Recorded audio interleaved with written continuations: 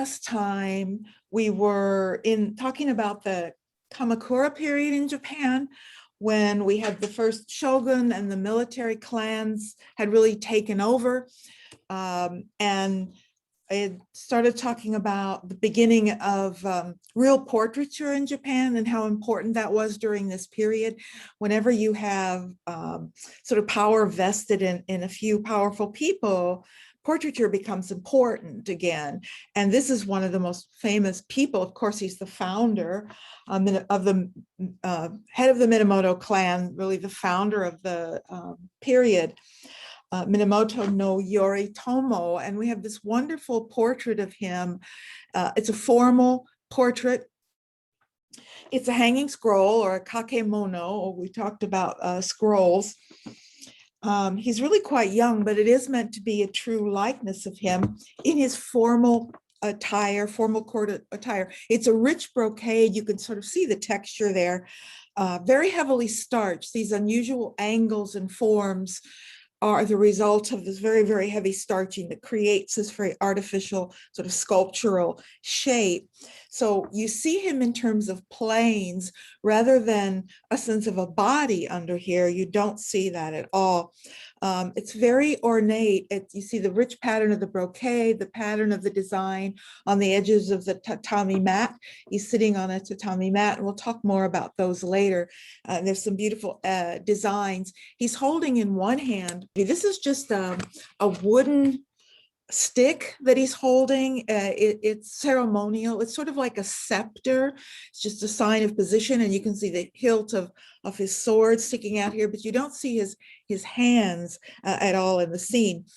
It is the Yamato aesthetic that we talked about last time, that Japanese aesthetic, flatness, no real depth of space, flat planes, and a kind of emphasis on pattern and relationships of patterns. But this is one of those cases where you see more when you compare something to something else. And I love this comparison. This is a classic comparison that I would often give students. I'll just show these two images and ask you to write me a 1-hour essay. And actually what these really are the essence of the difference between a Chinese and a Japanese aesthetic.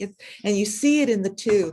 They're a wonderful comparison. This Ming portrait that we looked at, where you see everything that's Chinese about it, with this perfect symmetry, all the symbolism of power, the figure that sort of disappears or dissolves in all these pattern on pattern, with the symbolic images of the dragon and other forms. It's a very strong, powerful piece. And now we see the other one, the Japanese interpretation, which is asymmetrical. You don't have the symmetry. You don't have as many trappings of power. And he is really not as sort of symbolically powerful as certainly the Ming Emperor would have been. So it's very, very different aesthetic, but they both have a lot of things in common. They both have symbolic ways of communicating the power and position of the person. Neither of them are creating a sort of Western conception of space, because neither are really interested in that. It doesn't matter. They both use patterning and sort of juxtaposed and layered patterns, although it's more subtle in the Japanese work than it is the Chinese. So it's a little more tied to the real world. So there's a lot to see in these that symbolize the difference between these cultures. There's also a very famous sculptural image of Yoritomo, and for some reason his name got cut off. Hold on. Okay, let me back that up. Anyway, this is the front on view. It's wood, carved in wood, and it's actually the head is carved separately. I'm not sure how many pieces of wood the rest of the body is, but the head is separate, so they could do a portrait of him. But I love this view better. Now, it's somewhat distorted by in the photograph itself. The camera is distorting it a bit, but there is a sort of abstract quality to it. It's not sort of the proportions and size of the human body, but you get that stiffness of the form. It's really a beautiful piece and very much a portrait, and you can tell that. You can see this wooden, it's called the shaku, that he's holding here in one hand. We're almost finished with Kamakura, but there's one more concept I want to talk about, and that is the importance of Pure Land again. Remember, Zen is going to become the dominant Buddhist sect within the upper echelons, that's within the imperial court and within the sort of warrior culture of the shogun and daimyo. But with the common people, Pure Land is going to be dominant. And two types of painting developed during this period within Pure Land, and they're called Raigo painting. And we know that Raigo means welcoming. We saw a sculpture of Amida Buddha, and I talked about the Raigo, or the welcoming associated with that. But this is one type. It's called the Haya Raigo, which literally means swift descent. And it's a way of showing Amida Buddha sort of swiftly descending from his Western paradise to greet you. And down here we have his little figure sitting in his doorway or something. And it is assumed he is repeating his Nembutsu practice. He's repeating Namu Amida Butsu. He's really calling the name of Amida. And supposedly at the time of his death, because you would normally say this mantra over and over all the time, but especially if you're dying, you want to say it because that's what really brings Amida down. So ostensibly he is dying, he's saying his Nembutsu, and Amida with his 25 bodhisattvas is descending from the heavens. So this becomes a motif, a format that's repeated over and over again of this image of a figure descending rapidly. It's meant to be rapid, get the strong diagonal, which creates movement and energy as he's sort of swooping down, right down to this man to bring him to his paradise. So this is one type. The second type that develops is called Yamagoshi, but it's a different type of Raigo. In this case, that means mountain crossing. So instead of Amida swooping down from the heavens, you get this gigantic oversized figure as if he's rising from, or he's coming from behind the mountains. So this is Amida who's coming to us over the mountain. Now here we do get more symmetry. Symmetry is associated with beauty to a great extent, and Amida's Western paradise is always interpreted as being very beautiful. We have his two bodhisattva or bozatsu attendants here on either side, as we would always see. And then we have some other figures. These are just a couple of boys who are down at the river and they've been fishing. And then we have balanced on either side of them 4 of these Myo figures. These are the guardian figures, those fierce Dharma figures that we saw beginning during this period. So Pure Land is developing, and particular motifs are developing around Pure Land, centering on Amida Buddha. Now this Kamakura period will end when the Minamoto dynasty loses power. And one reason that they lost power was because of what is going on politically in the area. The Mongol invasion is taking place in China right at this time. They haven't as yet completely conquered China. That will happen in just a few years, but they've captured most of Korea by 1274. And this is when the Mongols their first attempt to reach Japan, and they come across, they send a fleet across, and the samurai are able to hold them back. They didn't expect much resistance, and they really didn't bring much of a force this first time. So they were able to hold them back. However, they then go on, capture the rest of China, set up the Yuan dynasty, as we've seen, and now they're going to try again. And this time in 1279, they're going to come this way, and they're really going to send a really big fleet and are really prepared.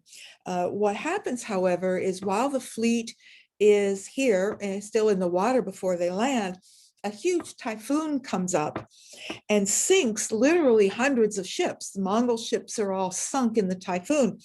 And this is going to have a huge impact on the Japanese. And they're going to refer to this typhoon as the kamikaze. Remember, kami means spirits. And kazi means wind. So kamikaze means the divine wind. And so they see it as a divine, the kami are interceding to destroy the Mongols. And that's where the name, kamikaze comes in. So in World War II, the fighter pilots refer to themselves, they are the kamikaze, they are the divine wind that's going to swoop down. The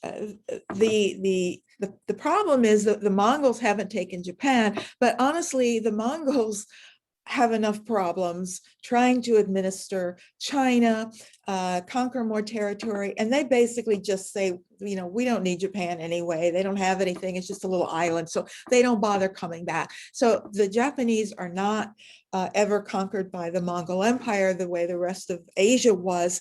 The only problem was the fact that that they were there at all made the Minamoto seem somewhat weak, and they were already weak. The dynasty had weaker leaders and the like, and so there was an insurrection, and briefly the imperial family sort of took power briefly, but fairly soon a new military clan took power, and they were the Ashikaga clan.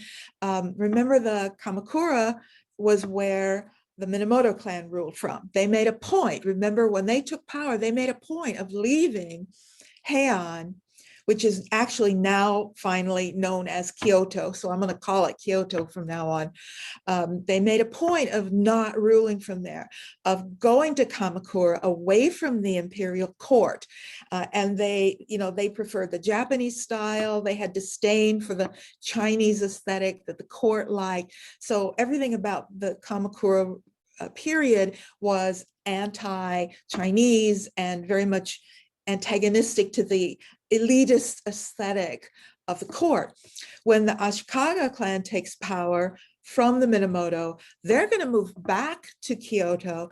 And in fact, they're going to set themselves up really as almost rivals to the imperial court. They embrace that elitist taste. They embrace that style, that Kara-e or Chinese style to a great extent. They see themselves as sophisticated.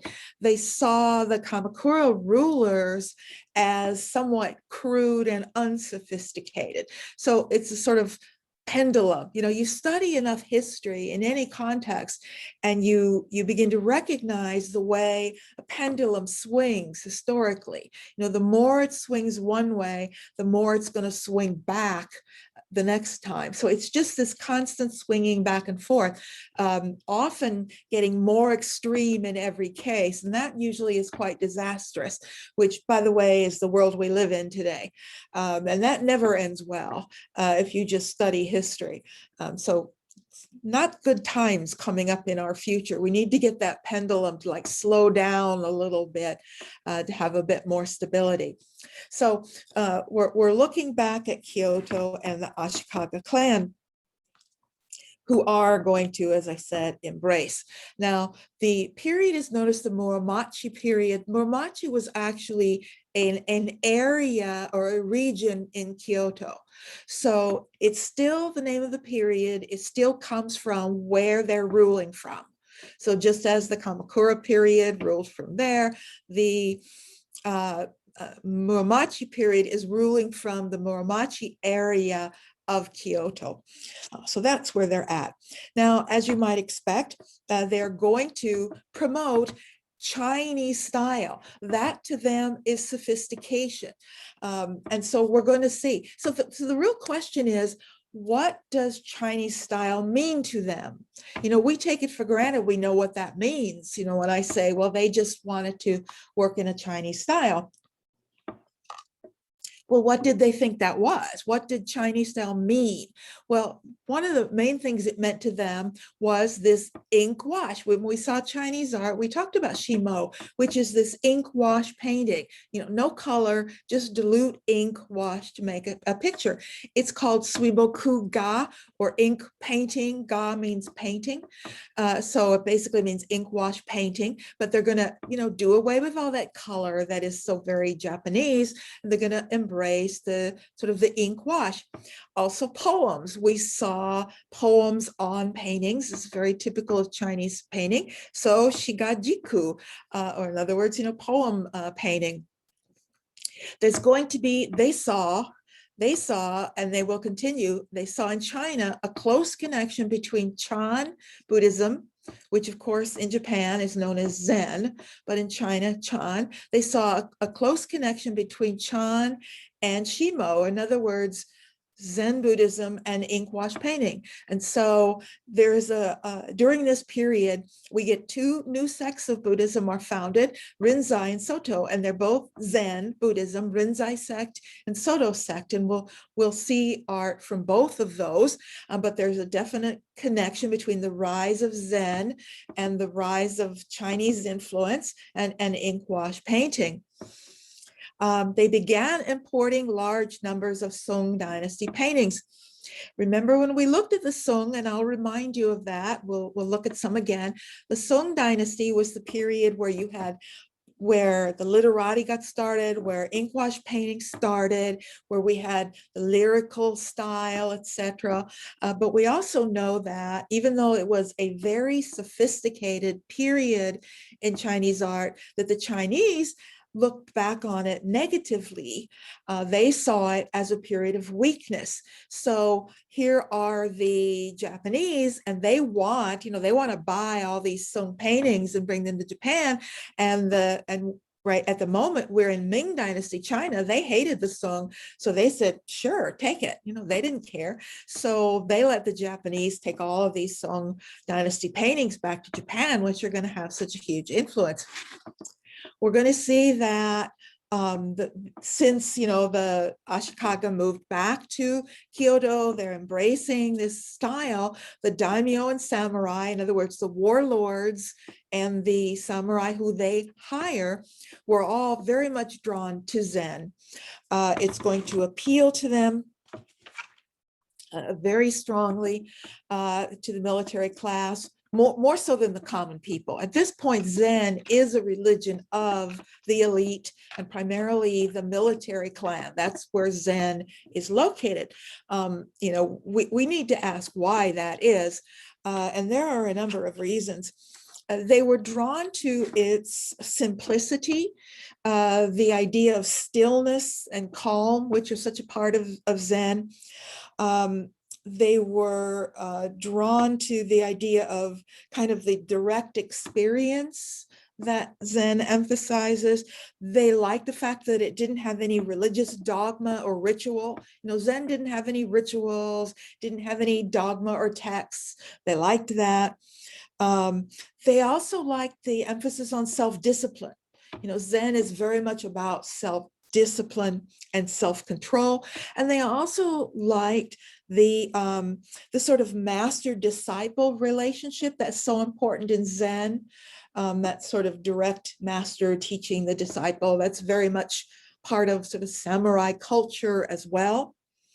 Now, we mustn't forget that Zen is actually Buddhism, and that it also comes with it a whole lot of ideas which they totally ignored. It's not like practices of every other religion. Every religion has elements that some people just choose to focus on, and other elements they just kind of ignore if it's not convenient at the moment. So Buddhist strictures about not killing people and things like that just get ignored while they focus on other aspects of Zen.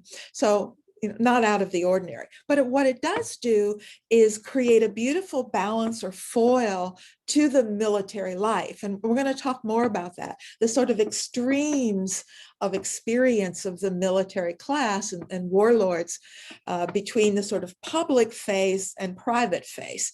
And it was then becomes this sort of quiet respite, or this quiet moment of escape from the chaos of the rest of their lives. The shoguns absolutely demanded this kara-e style, or this Chinese style. So there wasn't much artistic freedom. You had to work in this way. And we'll also be seeing new formats. The fusuma are painting formats. Fusuma are sliding doors that are grounds for painting on, and also byobu, or folding screens. These become major art forms in Japan at this time. So let's take a look at one of these early works. One of the most well-known groups of artists who worked in this style during the Muromachi period are the so-called three Zen priests of Shikokuji. They are three Zen priests. They're from the same monastery, and there's sort of three generations of them, of teacher to student to teacher to student, teacher to student. And we're not going to look at all three. I want to look at the first one and look at something from the last one. They are from the Rinzai sect of Buddhism. Rinzai focuses on koans, and this is a koan, and we'll talk about that in a moment. Koans are basically little teaching stories that are completely paradoxical and illogical, and they're meant to sort of shake your mind out of its complacency to make you think differently, where the Soto sect focused more on zazen, which is just sitting meditation. So it's not strictly, I mean, Soto will use koans, and Rinzai certainly does meditation, but each sect emphasized one more than the other. This is a typical Suiboku ga, or in other words, Japanese version of ink wash by Josetsu, who's the sort of founder of the school. What you're looking at is now a hanging scroll, but it started out originally as a small scale freestanding screen, Chinese style screen. It was short, maybe 3 feet tall maximum. Japanese screens are tall, they're life size or bigger because they literally become room dividers. But this is an older Chinese style, so they're just little short things. And originally, the painting on the lower half was one side, and the poems that make up the upper half were actually on the back of it. So what they did was at a certain point, it was taken off the back and remounted at the top. So you wouldn't have seen both of them at the same time. So it's been changed in terms of what it is. What we have are, in the poems up above, there are poems by 30 different poets who all speak of the praises of this painting that you see. And one of the poems actually refers to it as being in the new style. So what he's referencing to is this new kara-e, Chinese style of ink wash that is being favored at this time. There are also other sort of colophons that have been added and stamped by others during the period. Now let's look at the image below, because that's really one of the most interesting parts of it. Well, let's leave the whole thing on first. It's from a very famous koan, or a very well-known koan called Catching Catfish with a Gourd. And I'm going to read you the koan word for word. Koan is, the best way to catch a catfish is by pressing down on it with a gourd. Better still, one should grease the gourd first. Best of all, one should grease the catfish. Now, just think about that for a minute, and you'll get a sense of what a koan is. A koan is about presenting you with a concept that your mind can't cope with. Just for a second, your mind sort of takes a little skip as it tries to comprehend something that's incomprehensible. And that's a technique of Zen Buddhism, to shake your mind out of its complacency and out of its tendency to stay within certain confines. Now, when we looked at Western art last year, we looked at the surrealists in the 20th century, and what the surrealists called convulsive imagery, which was the sort of paradoxical, illogical imagery that sort of broke with normal reason. They called it convulsive imagery. It is the same thing. They were very influenced by Zen and by things like koans and their ability to sort of shake you out of your complacent thought.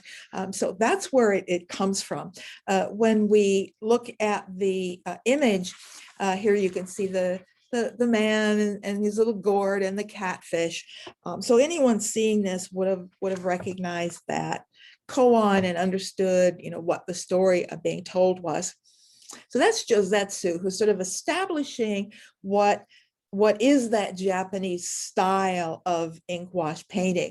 We're going to skip his student, Shubun, and jump right to the third of the famous Shikokuji Zen priest painters, and that is Sesshu Toyo. Sesshu Toyo is the greatest of the three. I think he's phenomenal. He's one of my personal favorite Japanese painters.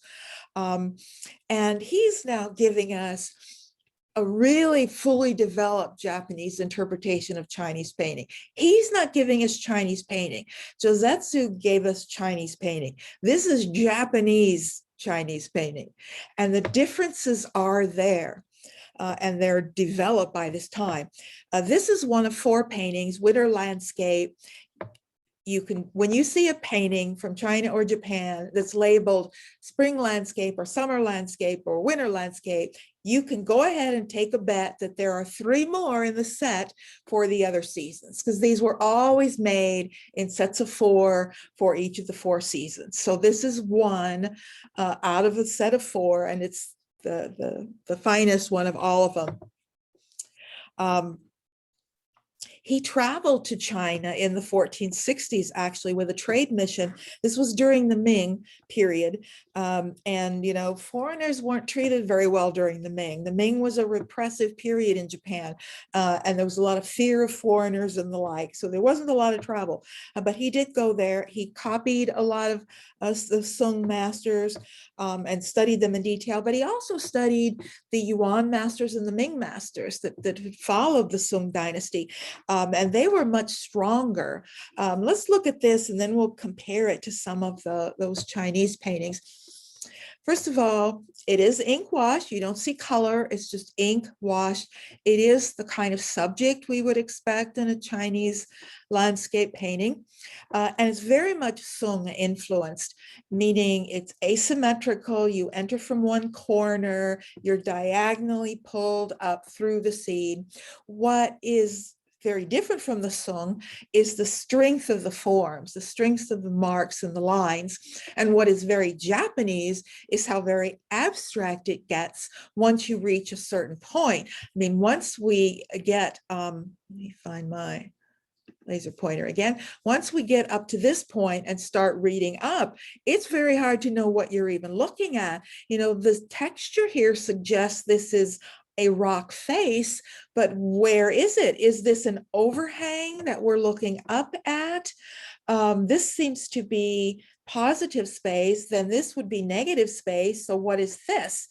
Are these hills or are these clouds? There's a sense of abstractness in terms of defining what it is you're looking at that is very Japanese. It is a wonderful comparison to the Sung. When we looked at Sung art, this was from Southern Sung, where it's really the most sophisticated, where we get into the lyrical mode, very poetic.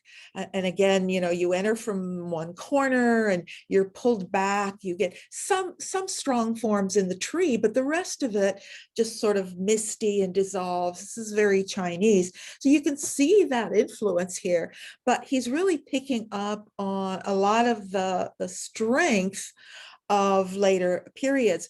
What is also Chinese about it is simply the depiction of space. The fact that Chinese paintings, you know, they will go off way off in the distance. It may be very misty, but they will pull you back into space, where that is not really a Japanese technique. When we look at a slightly later period, and now I'll bring you one of my others. I love this comparison because it puts my, you know, one of my favorite Chinese painters against one of my favorite Japanese painters. And I absolutely love them both, but they're decidedly different. You know, Shenzhou in the Ming, now he's giving us really strong line. You know, this isn't misty things dissolving. Yeah, there's some mist down here, but you still know what you're looking at. This is clearly a mountain. This is sky. This is mist rising from the water. So there's a strength here, and we're seeing that in Sesshu Toyo's piece, along with this wonderful abstract quality. So in the Japanese piece, what you're getting is a kind of tension. And I love that in art. I love tension, where you're getting this conflict between the forms, the masses, between flat space, three-dimensional space, between positive and negative space, between textures of this rough texture and this soft texture. It's a kind of, there's a kind of startling quality here in perceptual shifts. It's like right here, I know where I am. I see where I am. I know what things are. I know how I relate to the forms around me. And then I get here and now I don't. I don't know where I am. I don't know what I'm looking at. I don't know what scale something is. I don't know what texture something is. I don't know what's solid and what's not. And that's a perceptual shift, and it creates tension in the piece on the part of the viewer. And he's using that in a positive way. It's another Sesshu. This is another version of the Japanese ink wash called haboku, which literally means splashed ink, which is, I would say, more equivalent to the Chinese spontaneous mode. Remember, we looked at that, where it's just, you know, a few lines here, and it's just sort of suggestions of forms, and that was directly influenced by Zen. So the more spontaneous something is, the more Zen inspired it is in a way. Here's a detail, for example, of the bottom of that scroll. And you can see this is totally spontaneous. It's just, you know, really quick, put it down, whatever. And that's a parallel to that Zen sensibility. You get enough that you can recognize what it is. It's a piece of land jutting out on the water. I can see that there are figures in a boat, and I can see there's a village or something, because that looks like a roof and a sign, but you don't get any more details than that. But you don't need any more details than that. What you see written here is interesting. Now, this was all written by Sesshu Toyo himself. Actually, there are some Zen priests who have added some statements about the work of art and some colophons, but mostly what you get up above here is a description. He describes the scroll. He describes his trip to China, what he saw there, the artist that he met, the artist who influenced him most. He tells in this text that this scroll is a gift to his best student. He discusses the student's work and talks about the student. He verifies that the student has completed its training, and that according to his teacher himself, he attests that the student is now judged to be a master and is qualified now to go out and work on his own, to be an independent artist. So it's a very special piece made for a specific person and designed for that person. So it's a kind of diploma and certificate of graduation. It's a letter of recommendation. It's a gift of the master's work. It's sort of all of those things at once. So it really tells us a lot about how pieces like this were used and what they meant during this period to people. Also related to this rise of Zen, we have a new focus on some new kinds of gardens. We hadn't talked about gardens before, but there are a lot of different kinds of Japanese gardens. And we'll look at a few different types of gardens. This is a typical Zen dry garden. We had a campus where I taught, we had a beautiful Zen garden. Our building, the fine art building, had a kind of, it was kind of a U-shaped building, and it had a kind of open air atrium sort of in the middle of the building, and we had a beautiful Zen garden there in the middle. It was really nice being able to have that there and use it for however we wanted to use it. Typically, Japanese gardens of all kinds, not just Zen gardens, but most Japanese gardens, you're not meant to just walk through them or wander around. Some of them have paths for you to walk through, but you're expected to stay on that path. You know, they're designed specifically to have certain points of view and the like. They're not just sort of casual places. And certainly a garden like this, you do not enter at all, not rock gardens like this. They're typically viewed from a veranda. In this design here, you can see this would be a wooden veranda. They started being made in monasteries, and they were for the view of monks. And you would come out and sit on the veranda and contemplate the garden. They're places of meditation, and they were also often places of where you would write poetry and the like. And then it isn't long after that they begin putting them in these daimyo and the shogun. They'll start putting these in their castles, or the castles aren't quite being built yet. But in their mansions, they will start having these as well. But they start as a monastic thing and then move into the private homes. They are symbolic landscapes. They are microcosms of the world.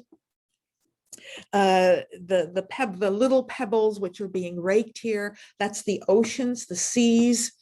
And they have to be raked in a certain way, especially if it's around rocks. The large rocks are sort of islands with mountains in them. Everything is a sort of miniature version. They're all about the perfect placement, the very specific placement of forms. Even around the border, you have these beautiful details of the placement of forms. This is one of the most famous, Ryoanji, Kyoto. And now you can really see how they are a microcosm. You can see how around the islands, they're raked differently, because this is where the waves are coming in against the shoreline, and so they have to be raked in just a certain way. It's all about the proportion, the ratio, the physical placement of one to another to create this balance, this harmony, as they all have like a different mass and different textures and different colors, which all have visual weights. You can also see the veranda here, where this is how you would see it exactly from a point of view like this. So these are aids to meditation. They're meant to seem completely natural and unconstructed.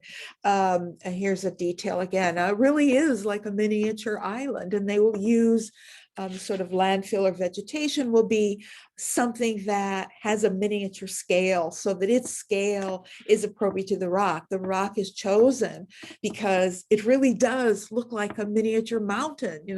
Its textures, its colors, its forms. It's not just any random rock you pick up. It's chosen for a reason. And so it's a perceptual shift again. It's very much like we saw in Saishi's painting. It's playing with your perception and shifting your relationship to the world, sort of pulling you out of the mundane, and you're on a different scale from the mundane world, and you're seeing it on a different scale. And so your mind is going to think differently about that scale. So aids to meditation, aids to writing poetry, etc. At least for the monks. We'll talk about the aristocracy in a moment. Now here's another one, also a really famous one, the garden at the Daisen Inn, Daitokuji, again in Kyoto. And this one, we're getting a little different forms, more movement of the water. And down at the other end of this, you get something like this, where now we're seeing much more of a miniature landscape, bridges and other forms as the water sort of flows down below it. Whenever I see these, I swear I can almost hear like water, like flowing water in the form itself. This is one type of garden. We'll be looking in just a little bit at the tea garden, which is another type of garden. Now, the Muromachi period, period ends when, again, another clan takes power. The Ashikaga clan destroys themselves in warfare. They're fighting constantly, and Nobunaga takes power. Now, I mentioned last time that Netflix series on the Art of the Samurai, I think it was called. These are the people that's talking about it. This is the moment in time that documentary is talking about. It talks about these two people and one other people. And it's often said, not in the documentary, that they're really clear and really detailed, but sometimes you'll read that with the rise of Nobunaga and the Momoyama period, that Japan is finally centralized. It's moving out of that feudal system. It's not exactly true, not during this period. They do control most of the daimyo, but the daimyo still have power, absolute power in their territory. There's still a feudal sense to it. This new elite that emerges is still ruling a somewhat decentralized. And I'm not even going to go into Nobunaga because I'm going to just watch that. Please learn about these people. Much of this power shift that took place to this new dynasty was aided by the presence of Christian missionaries in Japan at this time. They're going to be thrown out later in the 17th century, but they're still there at this time because they're giving people muskets and cannons. This is the introduction of gunpowder, muskets and cannons, and that's going to have a huge impact on Japan. It's going to mean that you better start building reinforced castles now, which you didn't need before, but you do now. Led to fortification and architecture, elaborate castles, especially around Kyoto. Momoyama actually means Peach Hill, and Peach Hill is another district in Kyoto. So when this new Oda clan takes over, they rule from the Momoyama region. So that's why we call it another period. It's a period of dichotomy and contrast. It's a period of extremes, more so than the Muromachi was. A contrast between simple, quiet private spaces and big, loud, gregarious public spaces.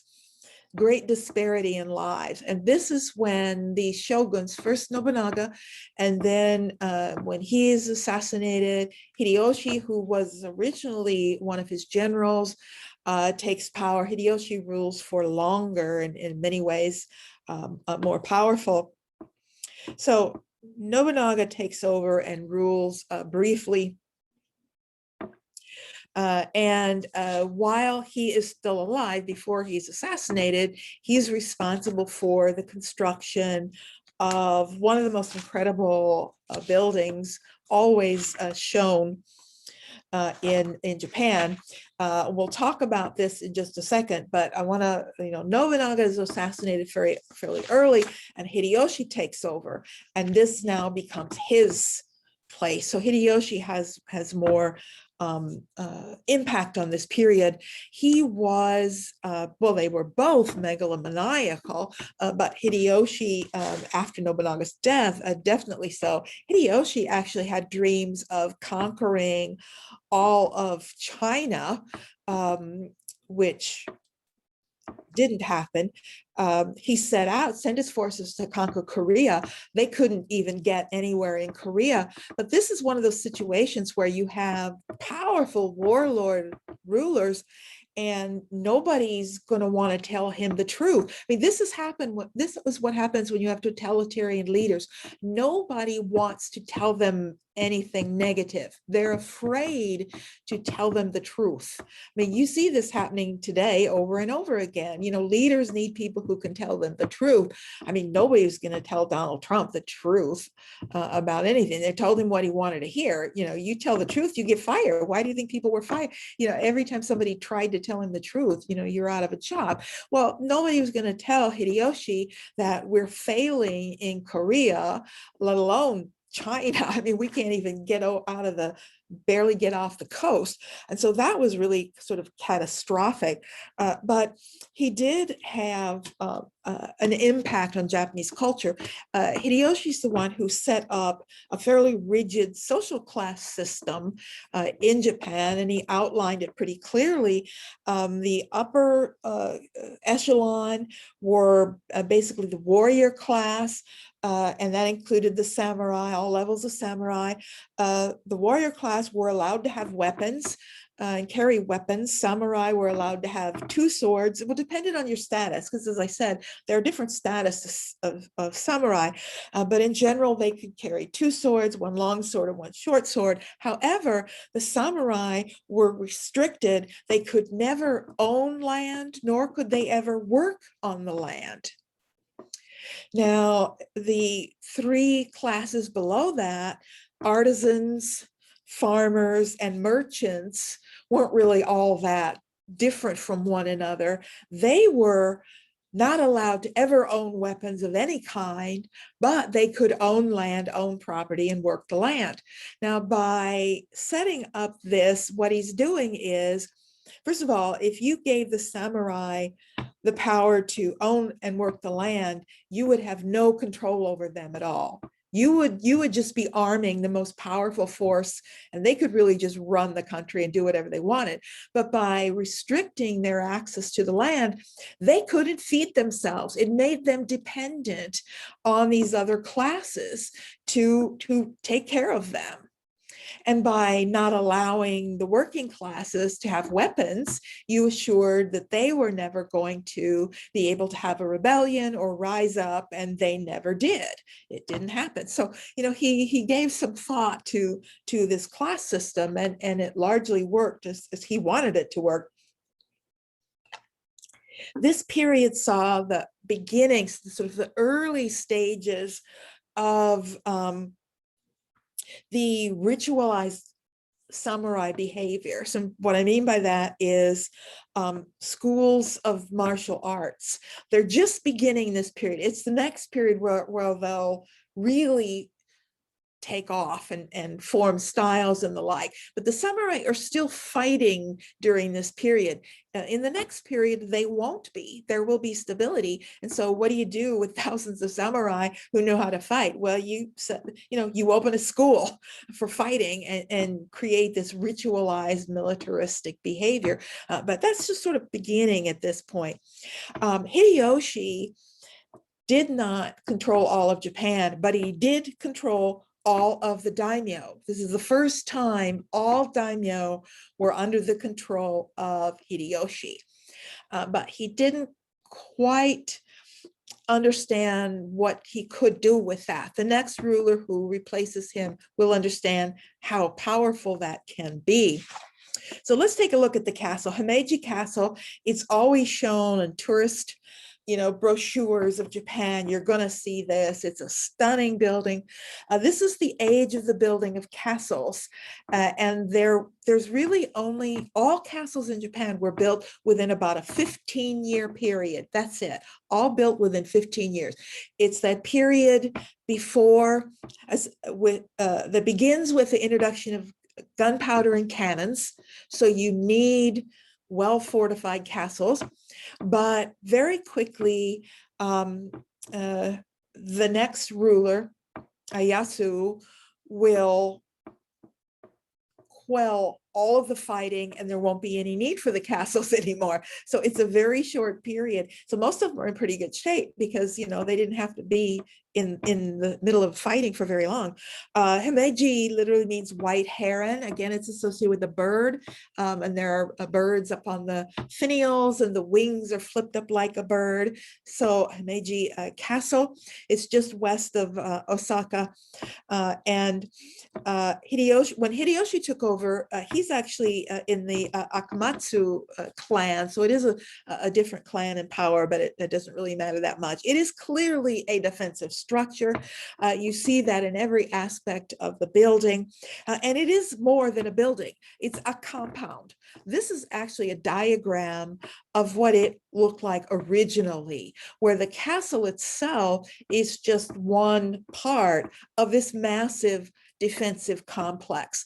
And there are layers and layers of defensive structures. There are walls within walls within walls, making it virtually impossible for anyone to enter this site. It had multiple functions. It's sort of the seat of government. Business is conducted there. It's the residence for not only the clan in power, but garrisons for armies. It's a fortress. It's many different things, and there are buildings all over. It's a beautiful structure. Here is some of the design. Much of it is entered. You have to crawl up, climb up ladders to get into things, making it very defensible. These huge, massive walls that in some places are up to 50 foot thick, and they're angled. They're sloped walls. We've seen that actually when we looked at Western art. We saw other fortifications where we had walls like this that are very, very defensive, but it's also a very showy site. Here you can see the sloped walls, the windows that people can shoot down, shoot arrows, narrow passages where you can shoot down on somebody who's trying to get in. But it's also a place of great opulence and great excess. This is also the place where visiting people come, ambassadors, other daimyo that are loyal to you, and you need to impress them. This is political architecture as much as it's defensive architecture. And there's nothing as opulent as the Momoyama period. As I said, it's the age of extremes. So yes, it's a defensive military structure, but it's also covered in gold and opulent foil. They love gold foil during this period. The surfaces are all covered in gold. Tatami mats, these are the tatami mats. Tatami mats I've mentioned before, we'll talk about a bit more. They're basically these woven straw mats that are roughly 3 foot by 6 foot, and that proportion determines the proportion and size of all Japanese architecture. In fact, they identify the size of a space based on how many mats it takes to fill the space. So those proportions are very important. And this is really all you see on the floor in a traditional Japanese interior. Speaking of a traditional interior, now, this is the central room, or the main room of a monastery, Daitokuji, as designed by Kano. And I want to talk about Aitaku Kano. The Kano family, it's another one of these families of artists, and there are several Kano brothers that are working at the same time. Aitoku is one of the best known during this period. He designed this. It's a very typical traditional Japanese interior with exposed wood, unpainted, tatami mat floor, which determines the proportions and ratios of the space, and these fusuma. The hojo just means it's the central room in a monastery. That's what hojo means.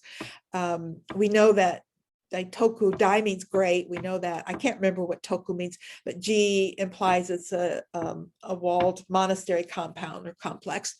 Fusuma are the sliding screens. These, you can see these little black circles. Those are sort of like you grab that and slide it open to separate space. We'll talk more about interior spaces in traditional Japanese buildings because they're very open and very flexible spaces. They've minimal furniture ever in a traditional Japanese structure. Usually there are built-in forms for sort of surfaces and storage, or storage spaces like this where you slide the screens back and forth and take out temporary things. And you could see it's the Japanese interest in sort of large scale images. Instead of tiny little images, they're quite large and they reach across from one screen to the next. You know, there's still a sort of ink wash. We're still in a period where that Chinese style is popular. And yet there's a sort of a dynamism to it, a movement, a sort of drama that's very Japanese. Pine and crane, which is a popular Japanese subject, not unlike the Chinese fascination with sort of flower and bird themes. It's sort of similar. The Kano school, which this represents, was actually founded by Itaku's grandfather. It's a style that is considered decorative. It's not sort of fine art for its own sake. They focused on paintings that were part of the design of a structure. So it's a decorative style. So things like this, interior design, you know, it's part of interior design, that sort of style. And that's going to be actually quite important. Itoku Kano worked for both Nobunaga and Hideyoshi and on quite a few different castles. Here is one of his more famous works. It is an 8-fold byobu. A byobu is a folding screen, right? And folding screens, this is one screen and it has 8 folds that are hinged together. So you can fold this up, pick it up, move it, and unfold it. Typically, they come in pairs. Usually they're pairs of screens. This is just one. And also typically they're more like 6-panel is more common. Most common type is 2 6-panel screens, but this is one 8-panel screen. It's believed that the panels in pairs were once part of fusuma or sliding doors, and that they were removed from the sliding doors and then remounted, cut down the middle. So this was one panel on a sliding door. This was one panel. This was one panel, and these two were one panel. So it would have been 4. How do I get that off my screen? I'm not even sure how it got there. Okay. Anyway, so they repurposed. So they took the fusuma screen, cut it down the middle, and then made 8 panels. Now, what you're looking at is definitely a Yamato-e revival. You know, in the Muromachi, they were so concerned that everything be Chinese and we don't, not Japanese. So now the pendulum has swung back and we're getting a real Yamato-e revival, but an interpretation of it, a more decorative interpretation of it, a more abstract interpretation of it. Color, gold, of course, gold foil everywhere, very flat abstract forms. This image has always sort of baffled me. It becomes very abstract. It's another one of those perceptual shift things where, you know, what am I really looking at? I know this is a tree. This side is readable. You generally are meant to read these from right to left. It's how in Japan and in China people learn. Remember when you're holding a hand scroll, you're reading it from right to left, and people are moving from right to left. It's just the way people learn to look at something. So you would look over here first, where we would probably start or read it the other way, and the tree pulls you across, and now you get over here and everything starts becoming much less clear. This appears to be water. Let's look at see if I can get okay, here's a detail of the left side. Now, if you read this as like a lake or a body of water, then perhaps you can read these as like as land or something going up.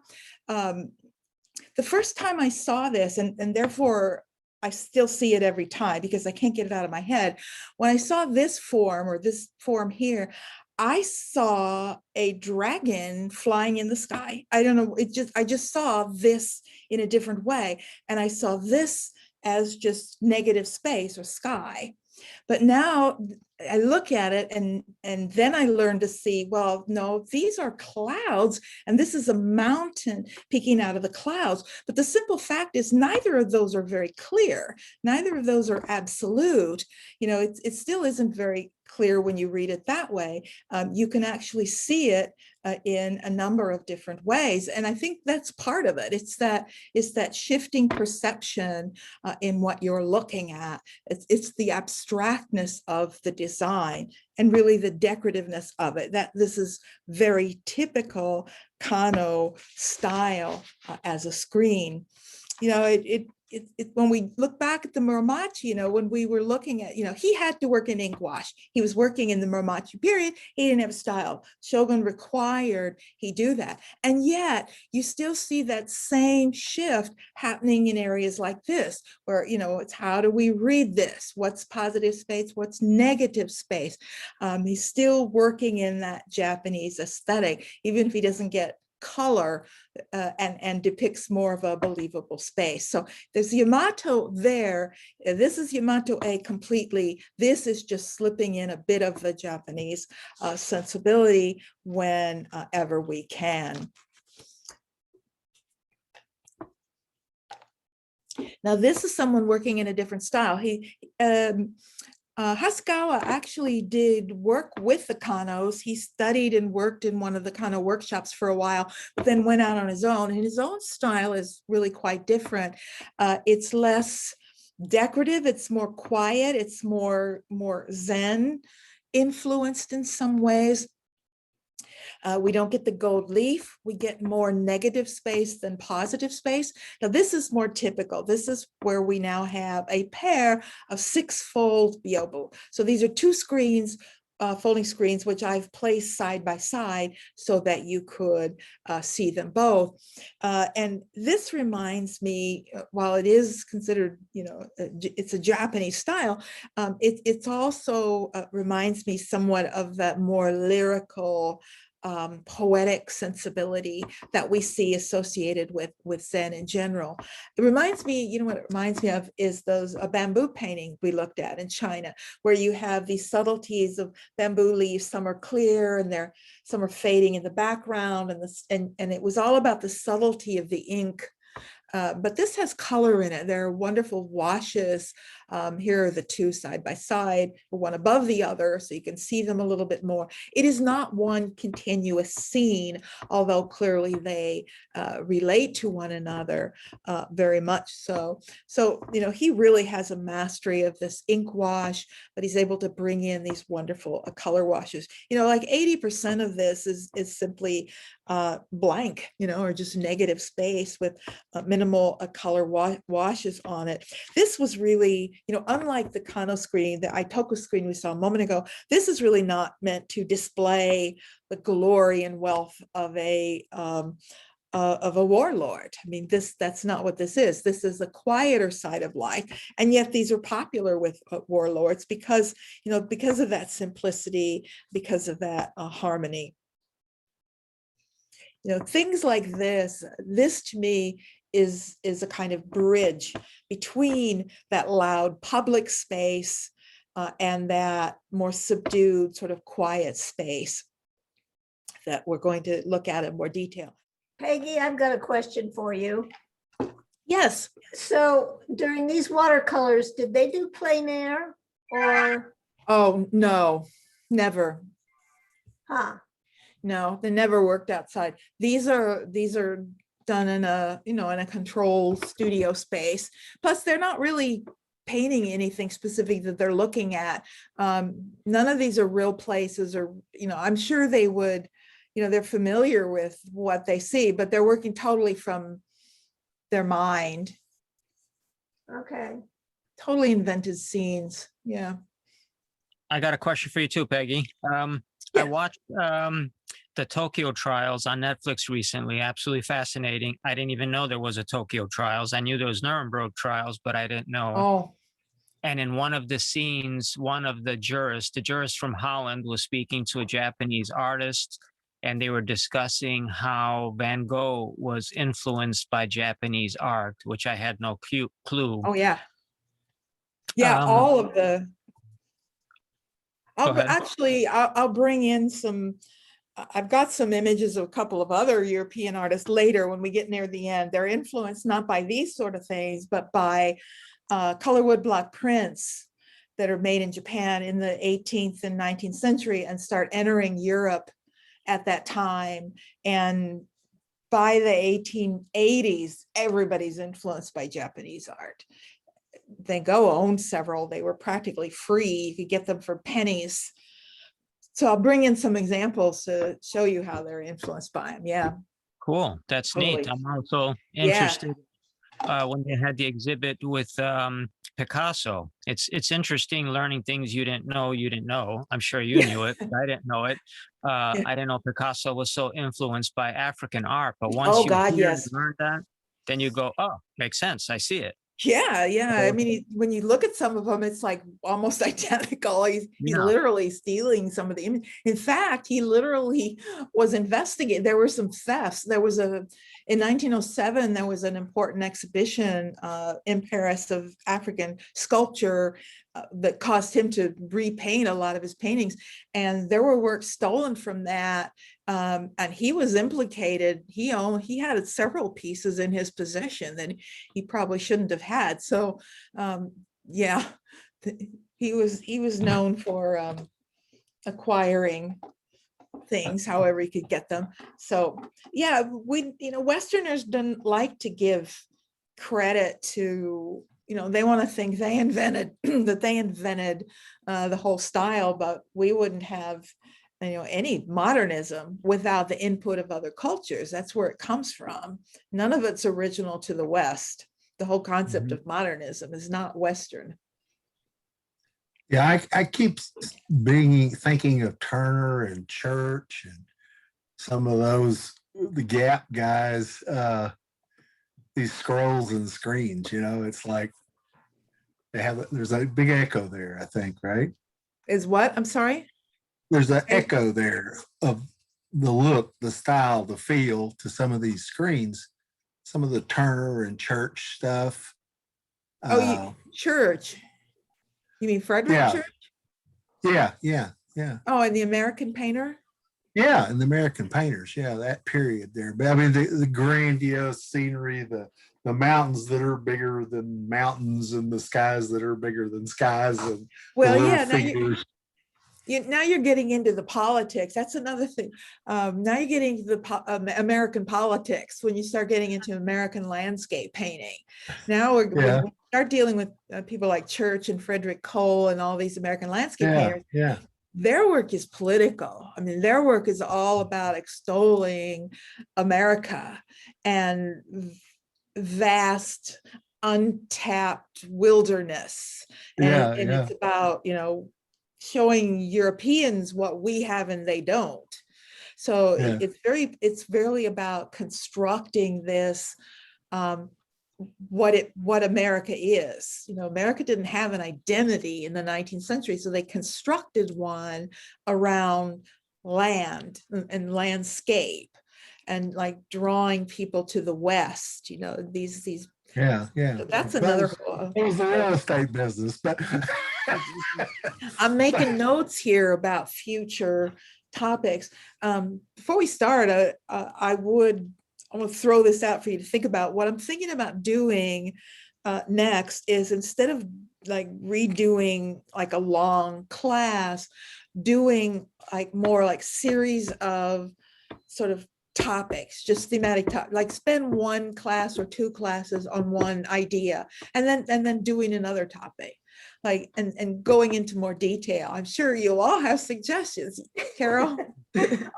How about Art Nouveau? Okay, okay, I'll keep my list. Okay, there's the list that started. It's formally starting right now. Okay, Art Nouveau, I just wrote that down. Impressionists, I mean, there's a million of them. I could take yeah. almost anything we did in Western Western art, art yeah. and just take a period, like, and just spend like two, maybe two classes, like 4 hours, and do it in more detail. Would So, love it. so that sounds like a better idea for you. Well, That not way, better, but it's good. and then we'll have like a schedule published, so you'll know we're doing this on this day. So you'll know That if would you be want to go to fun. that or not go to that. So I'm making some notes here already. That would be America, fascinating.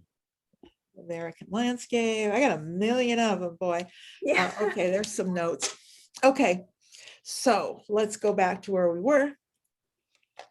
We'd May I finished. ask a quick question before you Yeah. go on? I think you used the word usually when you were talking about that panel. I think you said Yeah. usually 6. When you said Yeah. that was 8, is there any, when it comes to Japanese or Buddhist art, did they insert hidden the Eightfold Path or the Four Noble Truths? Did they do? No, not in this. You see it in other ways, but not in something like this. This would just be functional and decorative. There wouldn't be any specific message hidden in the numbers of the screens. But, you never know. Okay, Thank you. now, what about that private world? We saw the public world, which is covered in gold and it's loud and everything. But what about the quiet world, that private world? Well, it's centered around tea. I want to talk a bit about tea in Japan. We already talked briefly about tea in China. In 8th century, I briefly mentioned this text that was written when we were looking at ceramics, and I talked about, we looked at this, it was Tang Dynasty, and it was this beautiful celadon color, this beautiful greenish blue tea bowl, and how once this book came out and the book specifically mentioned that celadon glaze, then everybody wanted those tea bowls, those celadon tea bowls. In Japan, there were similar events.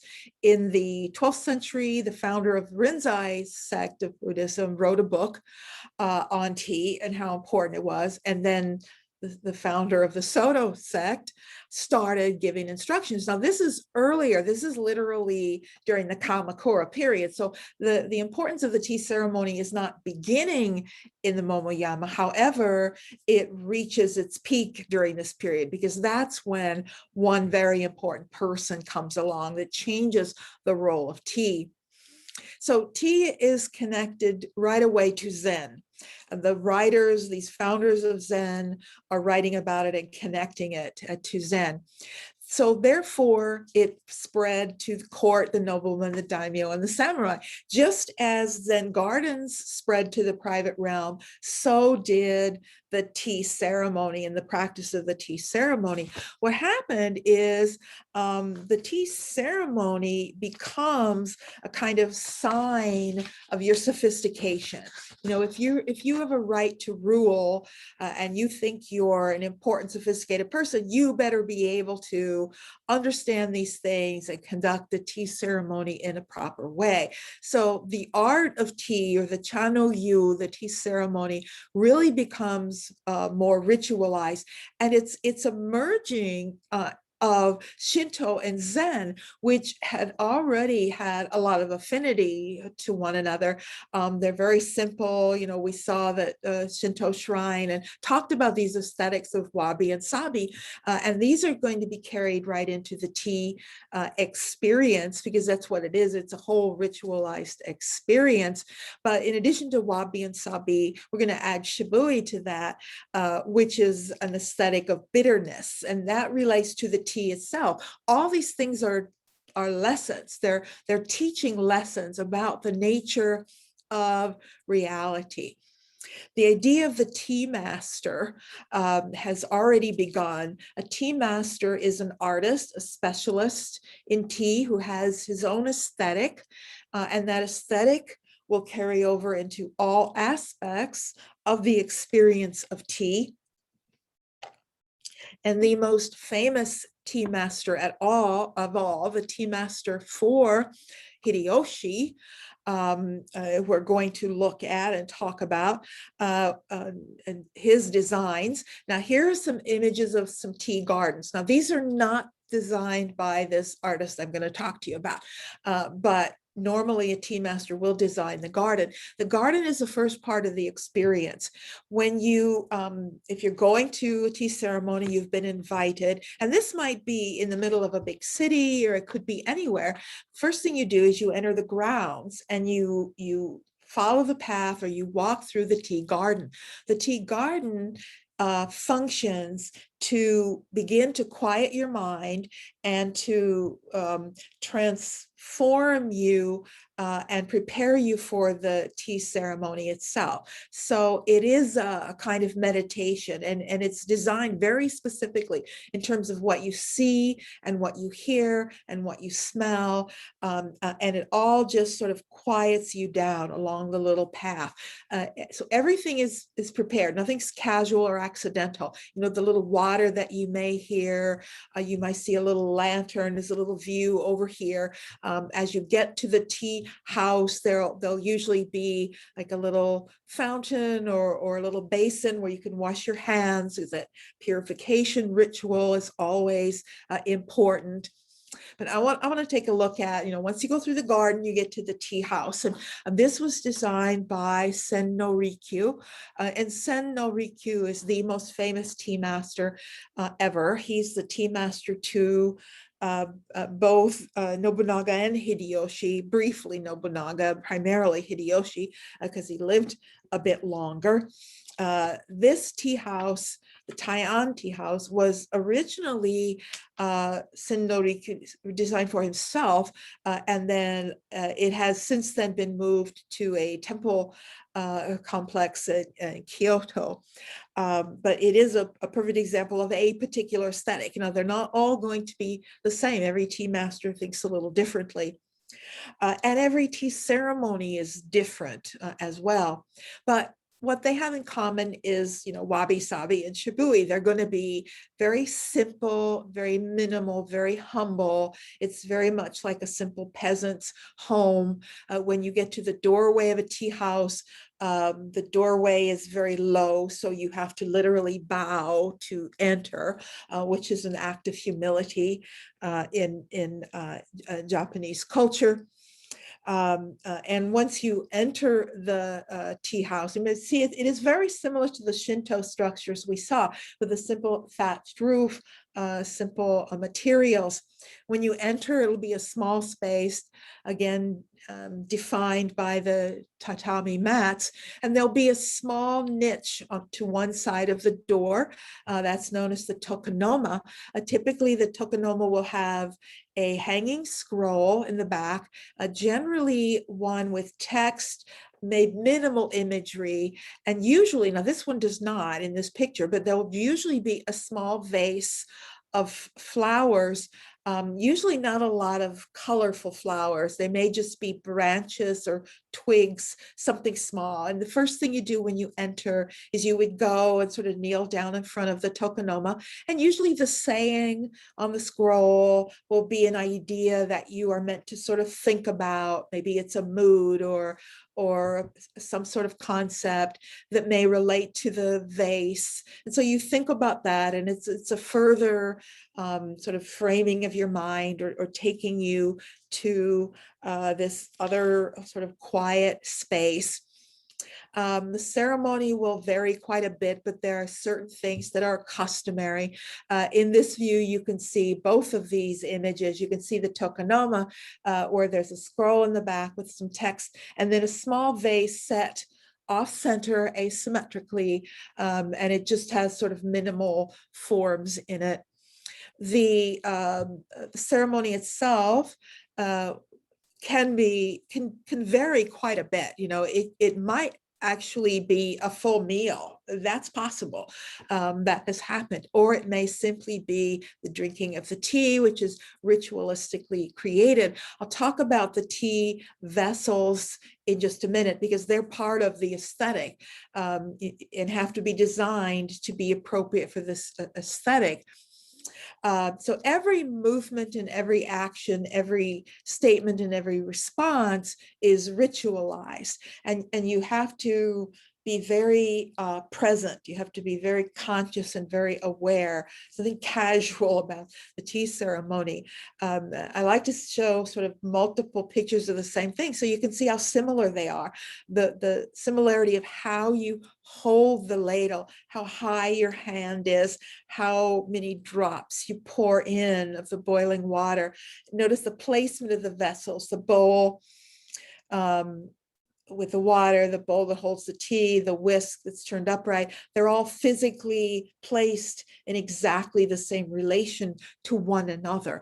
All of those things are learned, and how far that is from your knee and how far the vessels are from you is part of the ritual and shows your sophistication. You know, it's whipped, you know, even this placement, even notice her bowls are in the same placement, the same relationship to one another that we saw in the previous two pictures.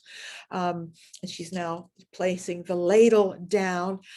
Placing of the bowl is important. The way your hand touches it, the way you set it down, the way you turn it a certain number of degrees.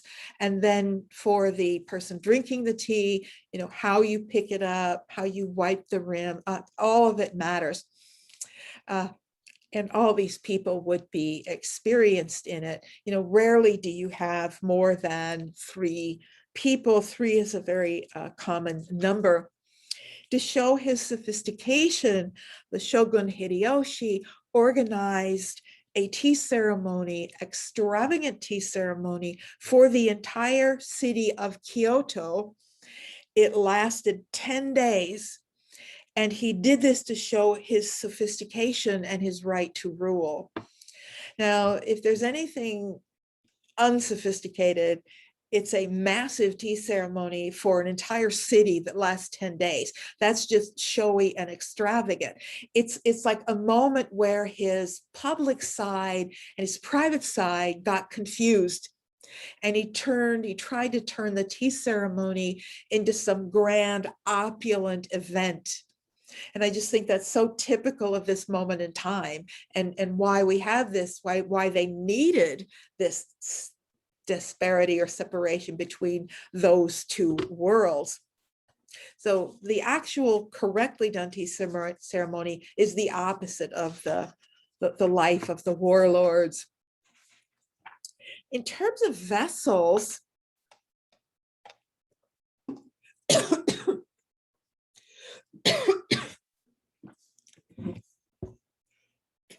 excuse me.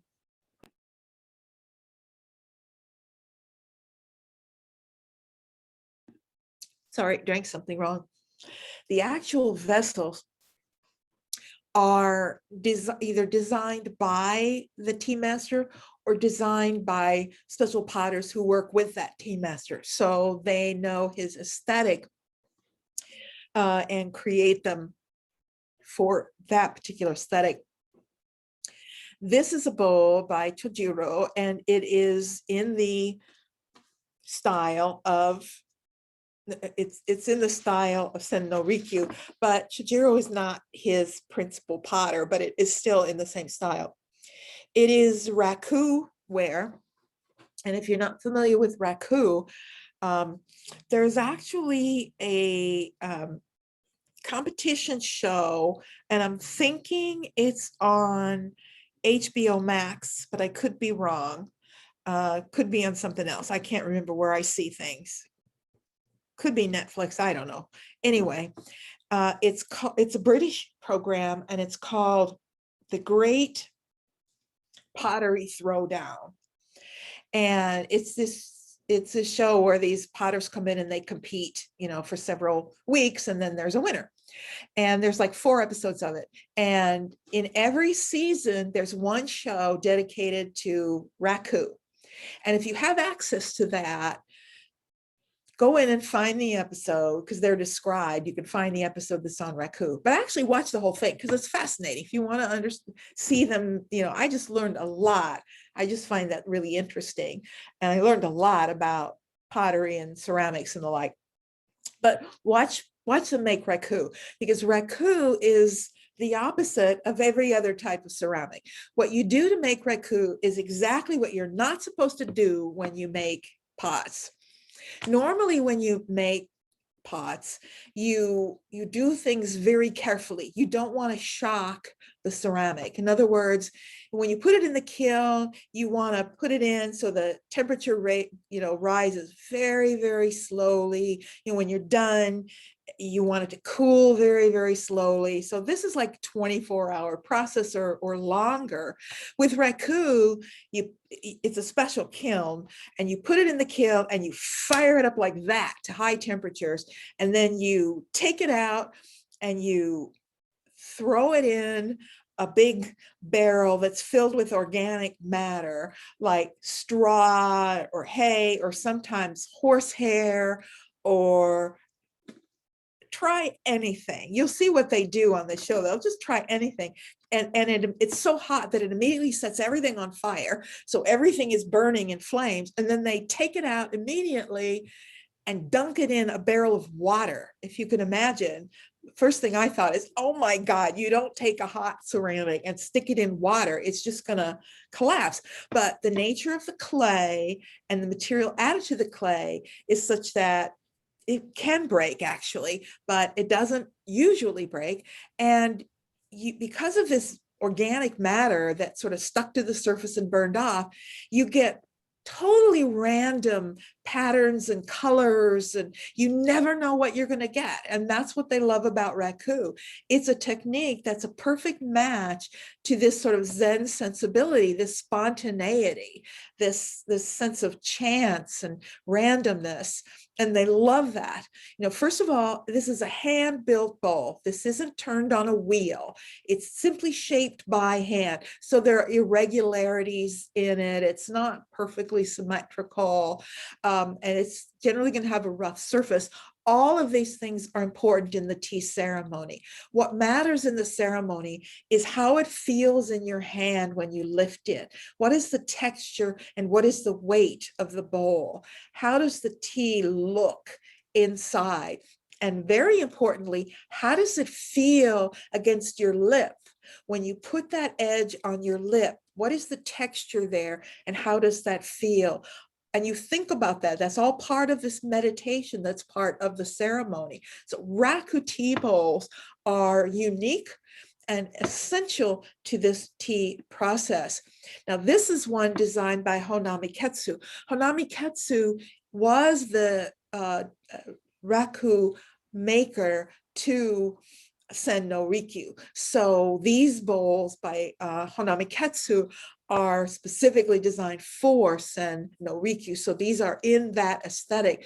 This bowl is known as Fuji-san or Mount Fuji. Really important tea bowls are often given names. You can see how crude it is, how it's sort of a simple peasant ware, how it has that aesthetic of the wabi and sabi. Now, the bitterness of the tea, and this tea is really not quite like the matcha that you can get today. It was actually really thick and oily and was apparently not tasty at all. It was meant to not be tasty. It was meant to be bitter, shibui. That's part of the message. That's part of what you think about, that not everything in life is beautiful or perfect, but it may still be good for you. So all of those things are part of the process. And you can see the wonderful sort of burns and accidental details that you get. It's a beautiful comparison to look at the ceramics that we've seen so far. Starting with the Chinese, I didn't put any early Tang, but, starting with the Sung, where you get this really sophisticated ware with this beautiful matte glaze, celadon glaze, and it's all about the sort of subtle sophistication of the shape, the swelling of the shape, and the proportions of the vessel. And then later, after the Mongols come in, you start getting these more sort of more design and sort of more extravagant images that are less sophisticated and less subtle because they're more about surface and painting and design. And then that's still Chinese, porcelain. And now we look at the raku. Porcelain is the opposite of raku. Porcelain is the most delicate, that you have to handle the most delicately and carefully and not shock it or do anything. And then with the Japanese, it's intentionally like, let's just shock it and see what happens and get ware like these. So really quite interesting and really quite different. And again, another perfect example of the difference between a Chinese aesthetic and a Japanese aesthetic.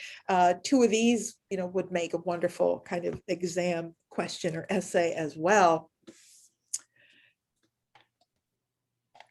Okay, moving into later period, when the Momoyama ends, when the Tokugawa clan takes control and decides to rule from their home in Edo.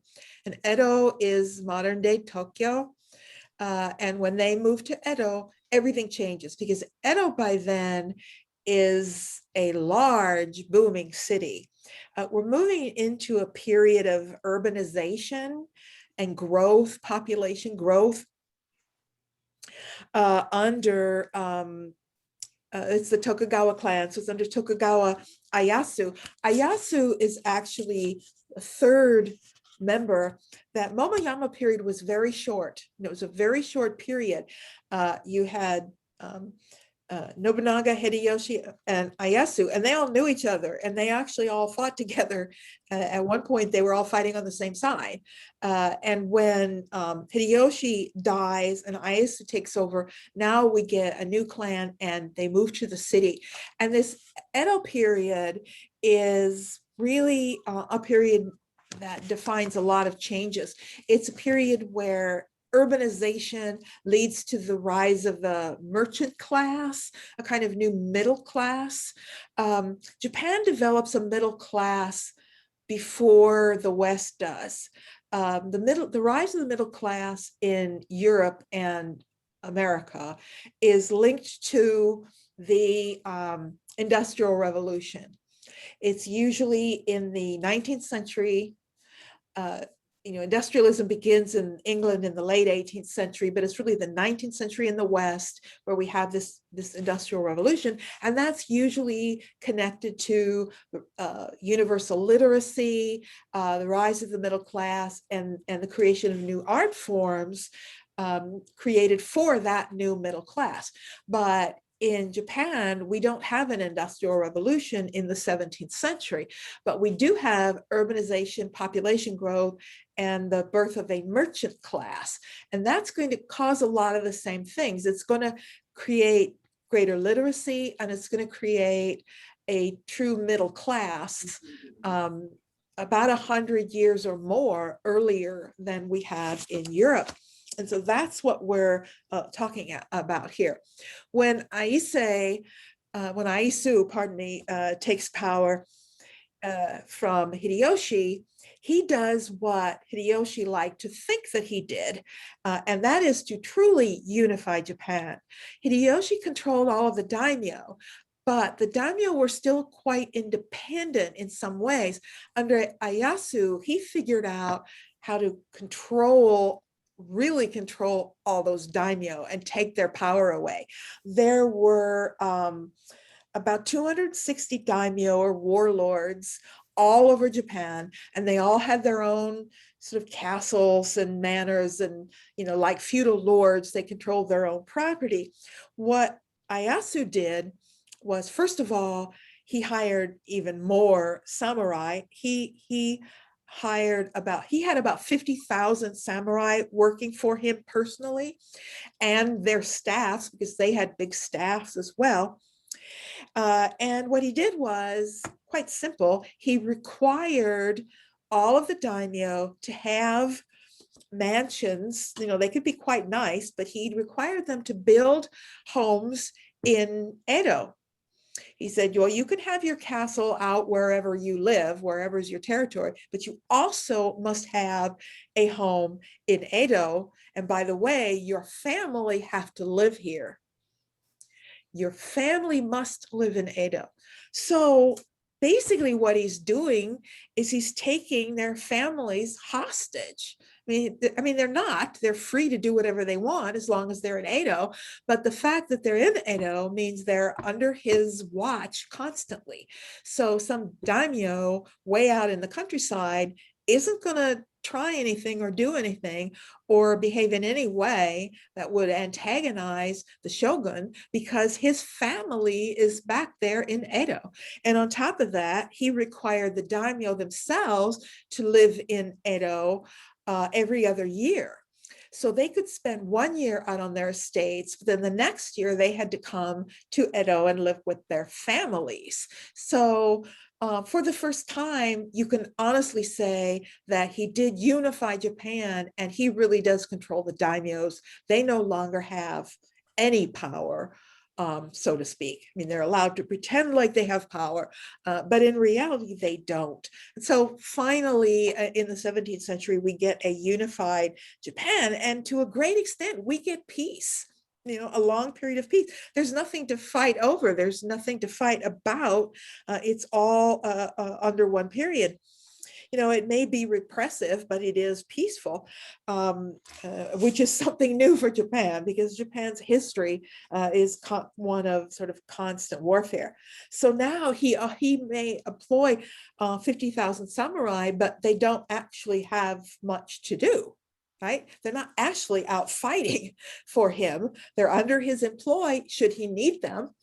And so to keep them well-trained, to keep them busy, to keep them up on their arts, this is where we have this explosion of schools of martial arts, and different martial arts styles are created and taught. This is where Bushido, or the way of the warriors, is emphasized. So fighting is no longer happening. It's turning into a stylized warrior behavior. And that all comes out of this Edo period.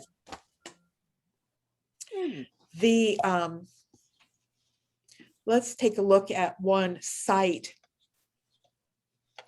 Before we go back to Edo, to look at the art there that's being made, I want to take a look at this site in Kyoto. It's called the Katsura Imperial Villa, or sometimes called the Detached Palace. It's owned by the imperial family. Remember, there's still an emperor here in Japan. He's still in Kyoto, but we don't talk about him a lot because he really doesn't have anything to do with running the country, and rarely did, except for brief moments. So this was built by a prince in the 17th century. It was a private estate, and it's still used by the imperial family. Actually, it's still a private estate for the imperial family, but it's such a beautiful example of traditional Japanese architecture. I want to take a look at it and take a look at sort of the way it uses space and design. So what you're looking at is not really the whole thing. But by the way, it's called a detached palace because it's in a separate location from the actual palace. So that's what detached means. It's it's like Camp David for the president or something. It's a place where the like the emperor could go or the royal family could go, and it's not physically part of the main palace. So that's where what the word means. Imperial villa is probably a better term. You're just seeing one tiny little part because these trees are really blocking the building. This is what you're actually looking at. This is the plan, and you're seeing like a little entrance way over here. No, I think it's over here. You're seeing this little entrance way right here. This beautiful pond in front of it and paths, but this is what you see. But there's actually a lot more. In fact, it's a kind of sprawling space. There are three primary sections that are sort of linked at their corners. There's a design here and design here and a design here. And before, okay, I'm going to make this, I'm making another note for my list of possible topics. I just thought of one. Frank Lloyd Wright. Before someone recognizes the similarities between a design like this and many of the structures designed by Frank Lloyd Wright, I want to point out he spent time in Japan, he built in Japan, and there's no question about the fact that he's influenced by traditional Japanese architecture, because you could see it clearly in buildings like this. Anyway, it's a very open, flowing, flexible space. Japanese structures rarely have permanent fixed interior walls. They're almost always screens, fusumi, byobu, things that can slide, things that can be moved, and in that way completely reconfigure the space. In fact, people who had visited this in the past had written and commented that, you know, he had been there like 3 times and it never looked the same. It was an entirely different space every single time he visited. Here's an interesting model where you can see there are small rooms, but the reality is you slide a couple of these across here, here, here, suddenly you've got a big room. You can break them up in any way you want. And you can see the tatami mats down there and how that makes them flexible with these shifting spaces. There's something about that sensibility that is just so Japanese. It's like the paintings that are dynamic and moving, and this has that same quality. One more comparison, another classic comparison, looking at the Imperial Palace in Beijing, which is, you know, being built at the same time or being rebuilt at the same time, and the Katsura Villa in Kyoto. And again, you get the sensibilities. You know, the symbolism of the Imperial Palace, and with its symmetry and the placement, the central placement of the emperor, his power structure, its rigidity, you know, its formality, versus this sort of flexible flowing space. Again, you could use these images and write just about the same essay. I could show you vases and you could write the same essay. I could show you paintings and you could write the same essay. In either way, in either case, these are just examples of ideas that touch onto all these different forms culturally. There are many gardens, strolling gardens on the property, most of which you follow specific paths. There are, of course, tea houses, generally multiple tea houses on the grounds, and verandas like this. It's very similar to what a monastery would look like. It's not that different. And it's also very connected to Shinto, again, that traditional form, wood, exposed wood, thatched roofs. Interior, a shoen, let's see, how do you define that? A shoen is a kind of centralized space around which things are organized. So you have like built-in niches where things could be placed, fusumi that slide and open up the space. And this is how tatami mats are used at different angles to one another so that you can create different ratios. Since they're 3 by 6, you know, they fit perfectly. You can follow that ratio in every form. I love these images of hallways, you know, the beautiful wooden floors and flexible rooms, and then These are shoji screens. Fusumi are screens that you usually paint on. Shoji screens, usually not, you don't paint on. They're just these translucent paper screens that do slide, but they let in a lot of light. I love these sort of checkerboard painted ones as well. But there are a lot of sort of doors and windows that open on views. They're going to be beautiful gardens all the way around. And then you open them at different times to see different views. So if these are blooming, then you want to open these. So they're there to frame what you see on the outside. I've not been to Japan. I've never personally been in one of these buildings, but I would love to do that sometime. The question I always have is, aren't these places like really cold in the winter? Japan is in the north, you know, it's not in the south. You can see snow there, and you've got this like paper wall separating you. So that's one thing I don't know a lot about and would like to know more about. Anybody been to Japan? I'm not hearing. Yeah, No. yeah, Well, we'll have to all go I sometime have. and check it out. Carol has been there. Oh, I've been there. well, have you been to a building like these? I have. So what are the exterior walls like? Like this. And, So- and I don't question, I mean, you don't see fire pits in the middle of the room. You go in seasonably nice weather and yeah, didn't really think about it, but their clothing was very warm. I mean, if you look at the kiyomos and so forth, it's, Yeah, but but I know, yeah. yeah, I well, you know, if you're in the imperial family, you have other homes and you don't go to this place unless, you know, the weather's good. But if you're just a ordinary person and you have to live year round in a traditional home, I don't see how you don't freeze to death. So anyway, obviously it works, but there's got to be some, yeah, whatever. Peggy, Yeah. you said last time that the currents, the water currents around Japan warm it to some degree. So maybe Yeah. that could be But they it. still have winter. I mean, they still have, I mean, we had the Winter Olympics there not long ago. There's snow on the ground. I mean, they have serious winters. So, you know, it's definitely below freezing. Okay, the Edo period. We're still going to have opulence in greater abstraction. We've moved in that direction, but what we're going to get is a decorative reworking of the Yamato-e.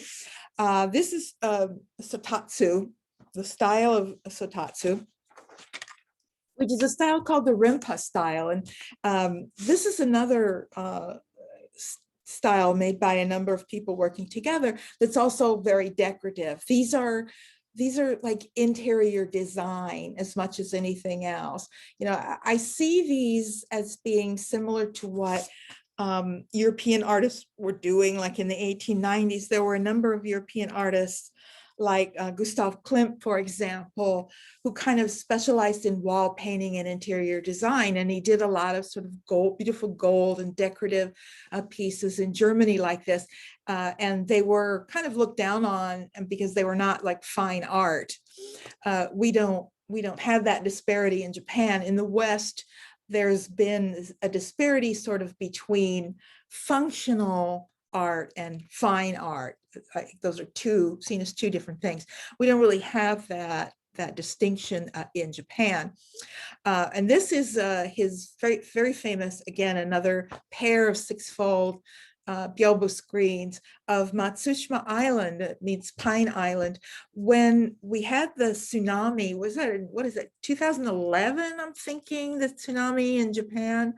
I remember there were a lot of reports of people, you know, asking about Matsushima Island, what happened there, because it is widely believed to be the most beautiful place in Japan, this island, and it was right in the path of this tsunami.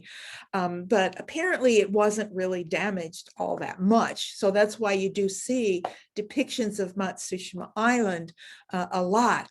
Now, this is very abstract style. When we're looking here at this left side, these beautiful lines of waves. What are these yellow bands? Are those clouds? Is that a sandbank?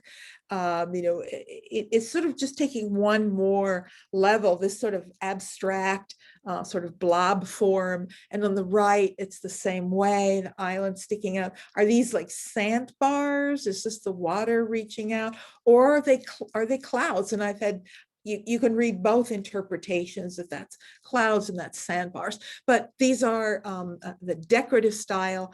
Interestingly, Sotatsu was also a fabric designer. He's someone who really reflects this new merchant class. He's a merchant class artist. He designs fabric designs, like fabric that would be used for beautiful clothing, kimonos and the like, and also sort of, because these would be painted silk, mounted, so it's painted silk, whether it's going to be used for kimono or whether it's going to be used for a screen.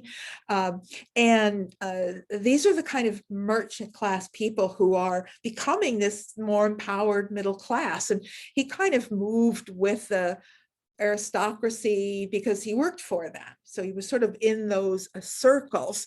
The Rinpa style actually was given its name by followers. There were two followers of Sotatsu, the Ogata brothers, and one of them was Korin Ogata, and he followed this sort of abstract decorative style, and it's not uncommon that the second person that does something gets all the credit. I've seen that a million times in my life, in the art world and in other places. One person invents something, but then the second person that comes along and sort of perfects that idea, they get the credit for it and you remember them. It happens a lot. And so the RIN from Korin gets connected to add the word pa on the back, which means follower of. So Rinpa kind of means follower of Ogata Korin, but it's really the style of Sotatsu that originated it. And this is a beautiful screen. This is just stunning. It tells the story of, it's a very traditional Japanese story about this hero who got, he was sort of driven out of his home. I don't remember why, but he was banished. So anyway, he goes on this long journey, and it's basically all these stories with his companions that they have, adventures they have on the journey. And at one point, he comes to this river, and there's a bridge, and he sits down in this field of irises, and he writes a poem. Now, generally, when this story is depicted, you'll see a river and you'll see a bridge and then you'll see some irises. But Korin has sort of placed us right in the middle of the irises. It's like we've sat down in the field of irises. He doesn't show us the river, he doesn't show us the bridge, but just the irises, and we're surrounded by them. And it's a very different point of view. It's not a traditional point of view in seeing the screen, but it's a very sort of personal one, a very sort of intimate one, and a very, very different one. And it's something like that. It's the flat design, the treatment of the decorative fabric, the reworking of the Yamato-e under the influence of Sotatsu, the love of luxury. What I love about this is that the irises are sort of matte. Let me give you a better view. You can see them a little better. You've got this sort of muted gold. It's not that showy, shiny gold leaf that we saw in the earlier period. It's more of a matte gold color. And even the leaves and the flowers are sort of a matte image. They're not what we've seen before. And I just really love that design. And I love the point of view where we're sort of seated and they're almost like at eye level, not almost, they are at eye level to us when we see this. And this is what people wanted. And this is what identifies the sort of Rinpa school or Rinpa style. So people like these were becoming becoming more wealthy at the time. And I think this is a really good point to finish because I want to talk more about next time about this middle class, this merchant class that has money and wants art, but they're not really rich and they don't have mansions or castles to fill up. So what do they want? You know, they don't want gold and all of this because that's not their world. So we'll talk about that next time and finish up Japan. There's not a whole lot left, just very little left, in fact, but we'll finish that and then talk a bit more about, you know, what you might want to do from here on, you know, what you might want to talk about, because I'm happy to put together little talks and bring images. So just think about that this week. And then maybe next time you can give me some ideas. I mean, I can come up with a million ideas, but I mean, for one thing, I mean, I know I want to do something on the areas that I haven't covered. I want to do something on the pre-contact Americas. I want to spend, you know, at least, you know, a couple of hours, maybe 4 hours, maybe 2 classes, and take a look at what's happening in the Americas. North America, Mesoamerica, South America. We've got to look at that. It's important. And it's very related to Asia and other things that are going on. I want to look at Africa. I'm not qualified to do a big in-depth course in Africa, but I teach as a survey, you know, I do it as an intro, and I could certainly look at what's been going on in Africa. We haven't looked at the Pacific areas, Pacific Islands. Those are really interesting, and there's a lot of interesting stuff going on there. So just, you know, do maybe one class on the Pacific and take a look at Micronesia, Melanesia, and Polynesia briefly. So that I know. Other than that, I'm open to taking other areas that we either skipped, because there's a lot of stuff I skipped, even in Western art, or just going into more depth in something that I just touched on briefly. I can do that in Asia or the West. So think about it. Have a Very good week. Thank you. We'll get Thank together. you. Thank you. Finish up Japan. You're very welcome, everybody. See you next week.